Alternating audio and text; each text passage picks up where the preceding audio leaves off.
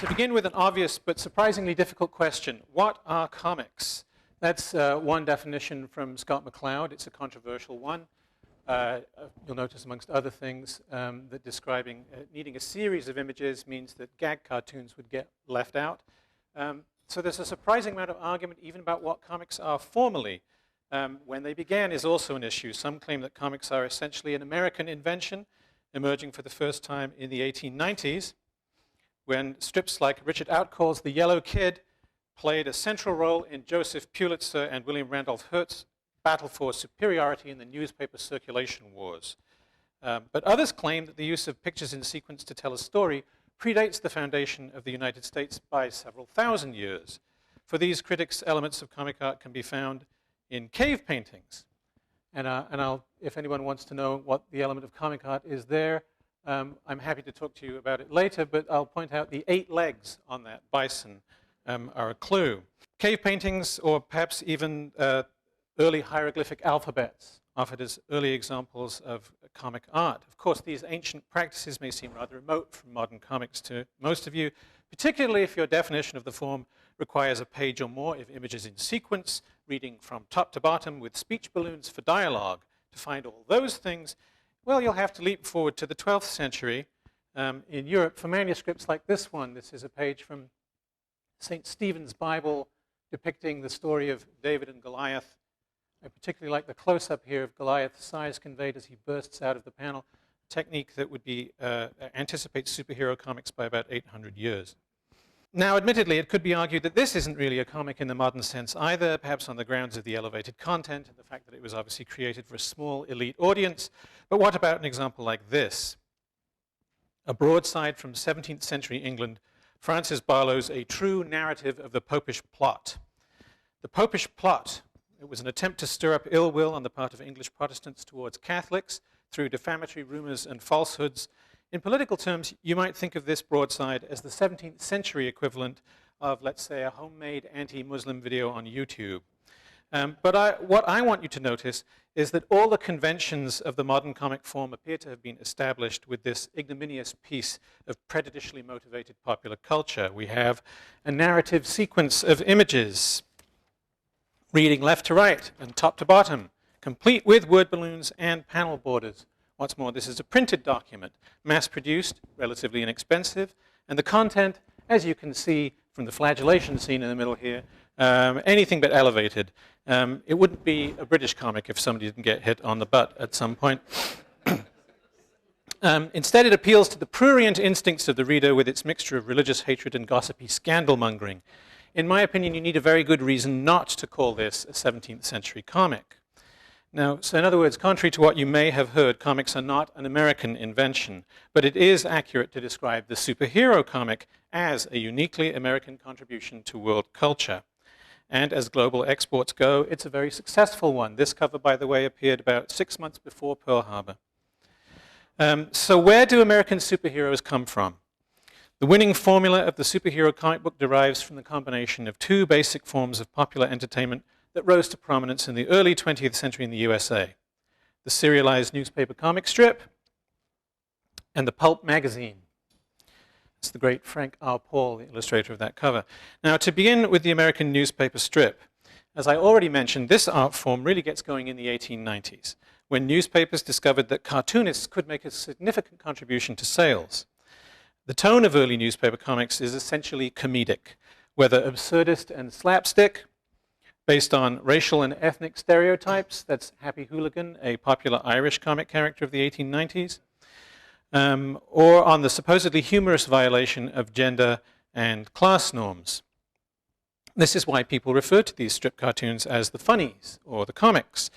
However, that name would start to seem increasingly inaccurate during the 1920s when these so-called comics began to register the impact of another popular art form of the day, the pulps.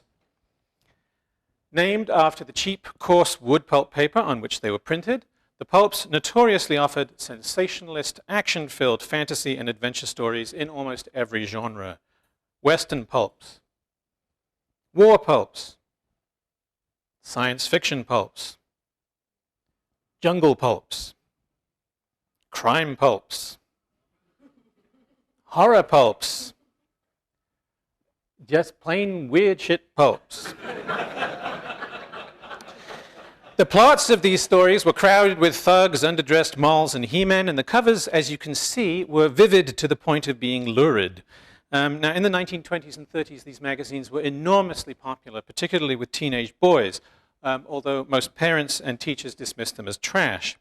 A lot of pulp writing was weak, hackneyed, and exploitative, but actually the list of great American writers who published in the pulps is very impressive, and it includes such luminaries as, and this is in alphabetical order by last name, Isaac Asimov, Ray Bradbury, Robert Bloch, Raymond Chandler, Philip K. Dick, Earl Stanley Gardner, Dashiell Hammett, Frank Herbert, Robert E. Howard, Jack London, H.P. Lovecraft, Horace McCoy, Upton Sinclair, and Tennessee Williams.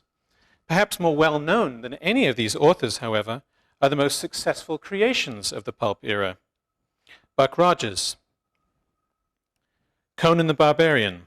That's actually the very first cover appearance of Conan the Barbarian, painted by a pulp illustrator named Margaret Brundage.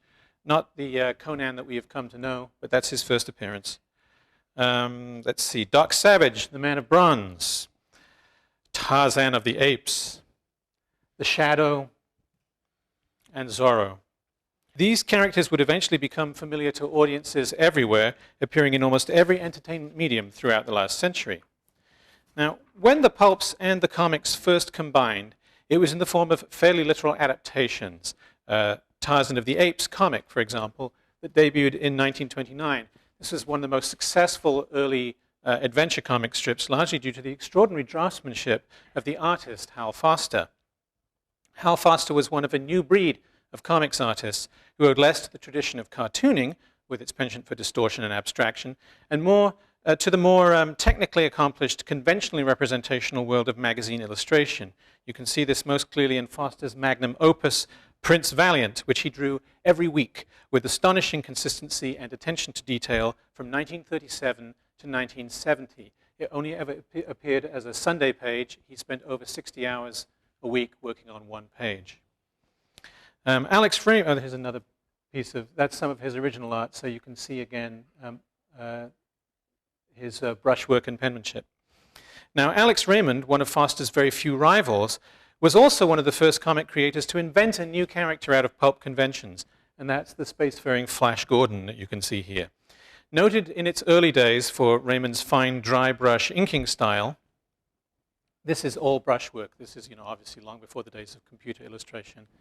Alex Raymond doing all this with ink and brush. Flash Gordon was also one of the first newspaper adventure heroes to cross over from comics into other media, inspiring a famous movie serial in 1936. Now, as this example shows, Raymond's work was more overtly sexual than Hal Foster's. He was far more inclined to draw women in provocative clothing and poses. And again, here's another flagellation scene. You may be seeing a theme developing here. From an early Flash Gordon strip in which Flash's girlfriend, Dale Arden, is being whipped by another woman in a space helmet and bikini. A scene that is clearly intended to invoke the kinky thrills of sadomasochism, whatever thin justification might have been provided by the plot. Alex Raymond's influence, if not his level of mastery, can be seen in this strip, illustrated by Ray Moore and written by Lee Falk, and starring another of the new breed of adventurers. This character was named the Phantom, and he fought evildoers while wearing a strange skin-tight costume and domino mask. Now, he lacked any special powers. The Phantom role, it turns out, is an inheritance passed down from father to son for 20 generations. Wouldn't you have loved to have been there for that bedside conversation? Here you are, son, the skin-tight costume. Sorry, didn't have time to clean it. His civilian identity was also somewhat underdeveloped. In fact, newspaper readers never saw the character's face clearly without the mask. Nevertheless, debuting as it did in 1936, the Phantom is generally agreed to be the first costumed superhero to see print. So at this point then, the stage is set for the full-blown emergence of the superhero genre, but one more element was required, and that was the development of the comic book itself. Let's see. Now, in the 1930s, the comic book was an upstart medium. This is the first nationally distributed comic book in the United States, Famous Funnies #1 from 1934, and it contained no original material. It was all reprinted newspaper strips. There were a handful of these and they didn't make a lot of money. We're talking about a very sort of poor relation to the newspaper strip. But this would change in 1938 when a small and vaguely mob-connected pulp publishing company called Independent News bought a character named Superman from two young men from Cleveland for a new anthology title, Action Comics. So this, by the way, is now the most collectible comic of all time. 3 copies sold for over $1 million a piece over the last 18 months. So if you want to know what the 1% were reading last year,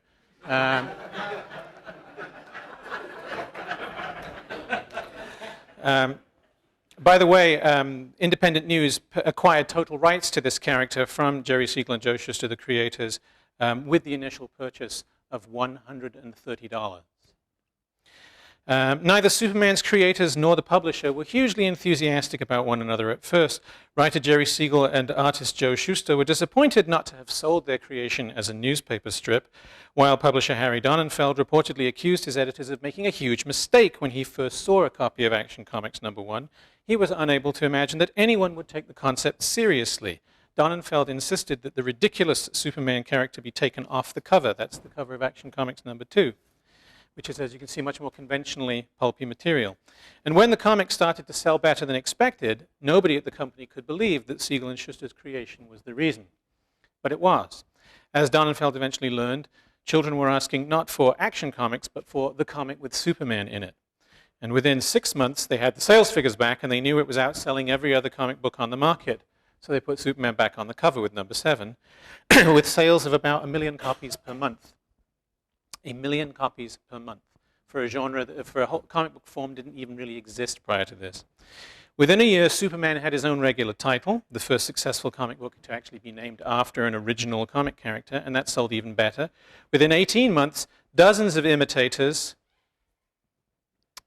and rivals who inspired their own imitators and rivals were appearing in magazines of their own, all within about 18 months of the first appearance of Superman. In one mighty bound, then, Superman had jump-started the entire comic book industry, and costume superheroes have remained the dominant genre within that industry to the present day. So that's a very quick history of the origins of superhero comics. And I'd like to conclude by pointing out that the success of the modern superhero raises some interesting questions about the cross-cultural fascination exerted by heroic myths. It's long been a source of interest, not just to people in my field, but anthropologists, psychologists, as well as literary scholars, that certain symbols and stories appear to recur again and again across distinct societies and time periods, even in cases where there's no evidence of direct historical influence. Carl Jung considered the myth of the hero to be one such recurring story, and he was one of the first modern thinkers to identify the following elements in common across many different heroic myths. I'll give you a moment here to just sort of take in the repeated elements.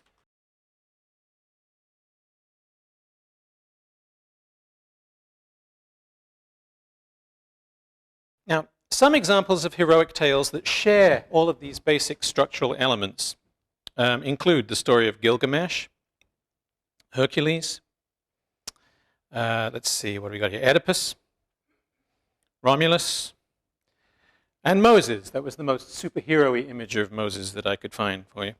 But it should be quickly apparent that the origin of more modern pulp heroes, such as Tarzan, conform to this basic structure, as does that of Superman, the archetypal superhero. Now, why should this be?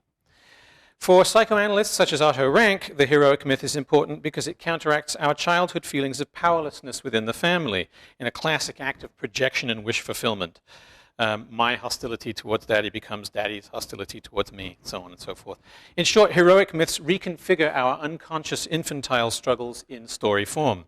Now, whether you buy that or not, and I'm not asking you to, the key point to be grasped is that for thinkers like Jung, Rank, Joseph Campbell, and many, many others, we are drawn to stories about heroes simply by virtue of being human. Indeed, our fascination with heroic archetypes may be as fundamental to our makeup as our language capacity. Again, I stress I don't ask you to believe this without a bit more evidence, certainly more than I could provide in 15 minutes. The issue is one of considerable complexity with wide-ranging implications. But one of these implications is that the violent, vulgar, melodramatic, and, yes, distinctly American genre of superhero comics may actually tell us something about our essential human nature. And it was with that provocative suggestion that I must end this all too brief presentation. Thank you for your time and attention.